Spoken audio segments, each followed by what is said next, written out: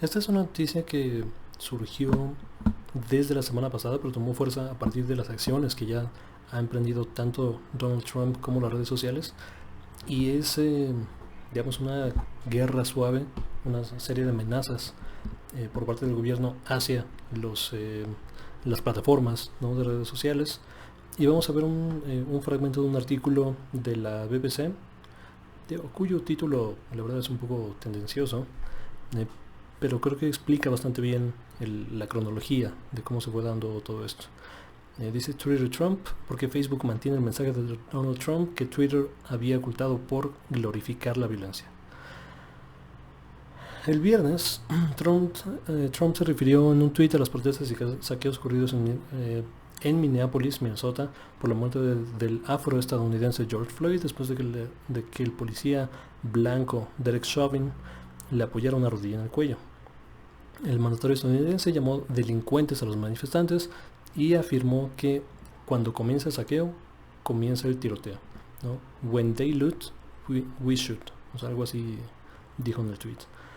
Después de consultar al director ejecutivo de Twitter, Jack Dorsey, el equipo de moderación de la red decidió ocultar, sin llegar a borrarlo, el tweet con un mensaje que decía que había roto las reglas de la plataforma sobre glorificar la violencia. Mientras tanto, Facebook se mantuvo sin ninguna advertencia a la publicación que Twitter había ocultado. Hasta la tarde de este viernes el mensaje tenía más de 230.000 reacciones y y todo empezó por esto. O sea, esto es importante que entender la cronología. Normalmente las plataformas digitales, no como las redes sociales, tienen una distinción legal y una distinción material de los periódicos, por ejemplo. ¿Cuál es la distinción? Que unos editorializan y otros no, y por lo tanto caen en regímenes diferentes de regulación. A unos se les puede hacer responsable por temas de difamación, ¿no?, por temas de amenazas, por temas de calumnia. Estos son obviamente los periódicos que son responsables de sus publicaciones, y a los otros no. A los otros se les ve, digo literalmente porque ese es el antecedente de la ley anglosajona, ¿no?, de la ley de Estados Unidos. Se les considera, o sea, tipo como una librería, ¿no? De hecho hay un antecedente como tal de una librería, no me acuerdo en qué estado de la Unión Americana, eh, pero alguien los demandó a la librería por publicar contenido erótico, ¿no? Y que eso no iba, ¿no?, digamos, con la comunidad. Este, un juez local decidió que no se podía razonablemente esperar que aquellos que vendían, que solamente se dedicaban a vender publicaciones, curaran, ¿no?, y leyeran y se enteraran de todos los aspectos de las publicaciones que les llegaban, porque no se le puede pedir eso a alguien, ¿no? O sea, cualquier persona razonable entiende esa parte. Y un poco es lo mismo con las redes sociales, o ha sido lo mismo, ¿no?, con las redes sociales hasta ahora. ¿Por qué hasta ahora? Digamos porque Facebook lo tiene bastante claro. O sea, ellos sí ponen una etiqueta en contenido que puede ser sensible, ¿no?, en contenido que puede ser controversial, pero hacen una excepción al contenido político, porque ellos entienden, ¿no?, y así lo ha declarado Mark Zuckerberg, que, digamos, es de interés público conocer incluso las mentiras o las amenazas de los representantes, en este caso Donald Trump. Twitter, por otro lado, ha estado navegando entre, ponerle una banderita a cierto contenido, a otro no. Y o sea, Donald Trump, y no solo él, o sea, hay un contingente importante en la derecha y la ultraderecha estadounidense que declaran que las plataformas tienen un sesgo liberal, ¿no?, o que activamente se censura su punto de vista y se privilegia, ¿no?, el contenido de izquierda. O sea, yo no estoy tan seguro de que ese sesgo sea real. O sea, sí se les ha borrado algunas veces digo, pero ha sido parejo, por lo menos en lo que yo he visto, ¿no? Se han borrado plataformas de izquierda, se han borrado plataformas de derecha. Más bien yo creo que el sesgo como tal de las plataformas, incluyendo Twitter, Facebook, es un sesgo eh, contra aquellas publicaciones que son anti-establishment, ¿no? Que se salen de la norma, que retan a los poderes establecidos, incluyendo el poder corporativo que tienen Facebook y Twitter en este sentido. Yo creo, digo, pero bueno, todavía antes de dar mi opinión, lo que hizo Donald Trump cuando Twitter hizo su primera, digamos, acto de censura soft, ¿no? O de editorialización, fue cuando Trump publica una teoría de conspiración que dice eh, que es muy probable, ¿no? Porque varios estados están considerando seriamente que la gente vote a través del correo, no a través del correo tradicional de las oficinas postales, que eso ya existe en casi toda en la Unión Americana. En algunos estados es más fácil que otros, pero bueno, digamos, no es algo nuevo, no es algo novedoso que alguien se inventó, o sea, ya es un sistema que está establecido. La pregunta es en qué proporción se llevará a cabo. Porque claro, o sea, en medio de una pandemia, ¿no? Y cuando sean las elecciones en noviembre, se habla de un posible repunte del coronavirus. Entonces muchos estados están optando, ¿no? Por legislar o por llevar sus elecciones de una forma mucho más importante a través del correo, ¿no? Tradicional. Donald Trump dice, ¿no? Viendo las encuestas y viendo que en cierto modo está perdiendo, por el mal manejo principalmente de la pandemia y de la crisis económica, y ahora sumado a ello de su mal manejo de la crisis de brutalidad policíaca, aumentando la tensión en lugar de reducirla. En este panorama él saca la teoría de conspiración de que el votar por Cruz es extremadamente fácil y que los demócratas se están preparando para robar la elección y que no se puede confiar en eso, etc. Entonces publica un hilo, ¿no? De tweets al respecto. Lo que hizo Twitter fue ponerle una marquita, ¿no? Abajo, si quieres saber la realidad sobre, ¿no? los mailing ballots o el sistema de elecciones por correo, ¿no? Da clic aquí. Y además se equivocaron, ¿no? Porque además algunos de los datos que daban en el enlace que ellos pusieron para corregir no eran totalmente correctos y tuvieron que corregirlo, ¿no? Pero eso fue después. Entonces lo que hace Trump es decir, ok, o sea, tú dices, ¿no? Y estás bajo el régimen que solamente publica, ¿no? Y no eres responsable, por lo tanto, de lo que la gente publica en tu plataforma. O sea, porque, digamos, vigilar el 100% de contenido en tu plataforma, que estamos hablando de miles de millones de tweets, ¿no? Y de pedazos de texto y de imágenes y de videos, o sea, al día es imposible, ¿no? Así como no esperarías que una biblioteca o una librería lea absolutamente todo el contenido antes de venderlo, no esperarías que Twitter sea responsable de todo el contenido que ponen las personas, ¿no? Las personas sí que son responsables de lo que ellos publican, pero tú como plataforma, pues no necesariamente, ¿no? Porque tú eres eso, o sea, solamente eres una plataforma que publica sin editorializar. Pero entonces Trump dice, bueno, sí, tú estás en ese régimen porque dices que no metes la mano, pero ahora metiste la mano. O sea, ¿qué tal si te metemos en este otro régimen? Y lo que hizo fue introducir firmar, mejor dicho, una orden ejecutiva, ¿no? Que, digamos, no es una modificación a la ley como tal, no necesariamente es vinculante, pero sí que es como un buscapiés, ¿no? Una llamada de atención de, a ver, güey, ¿no? O sea, si vas a empezar a editorializar, pues ¿por qué no te metemos en el régimen de editoriales, ¿no? En el régimen de una publicación, de un periódico, en lugar de una plataforma como estás ahorita? Twitter, ¿no? Días después, responde con esto que vimos, ¿no? Acá está, mira, para que lo vean. Este es el tweet donde Trump amenaza, ¿no? Materialmente a la gente que está protestando ahora y dice, o sea, si ustedes no van a romper la ley y van a salir a las calles, pues nosotros vamos a disparar. que además, o sea, hay que poner en contexto que esta frase fue usada por racistas prominentes en la historia de Estados Unidos.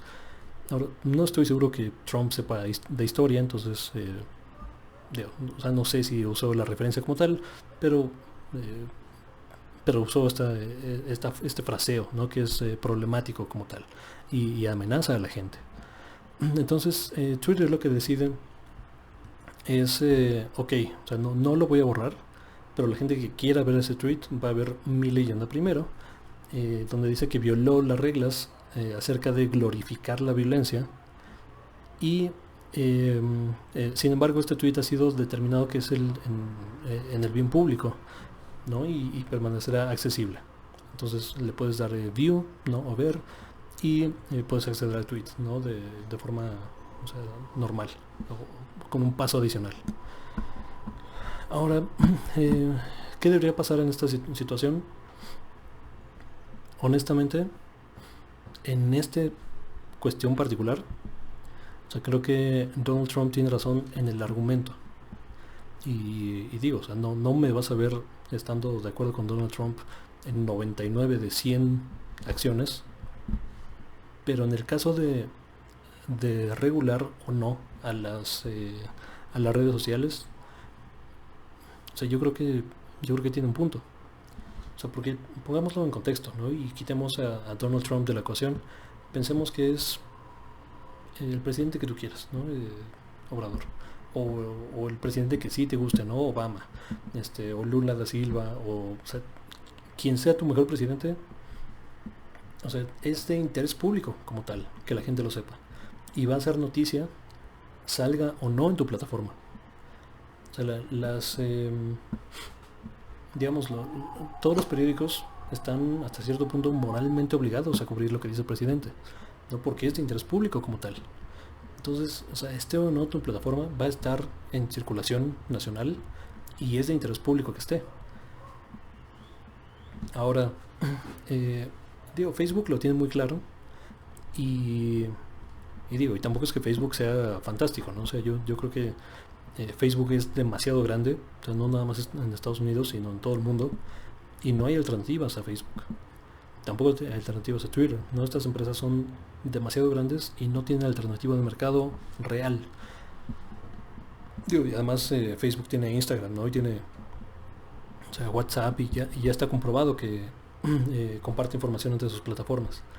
O sea, ¿cuántas veces ha pasado, ¿no? Como usuario que eh, mencionas, ¿no? Algún producto en un chat, ¿no? Con tus cuates, oye, qué padre playera, no sé qué, o ¿no? Lo que sea, y luego te metes a Facebook y ahí está ¿no? el comercial de lo que tú estás hablando con tu amigo o amiga, lo que sea.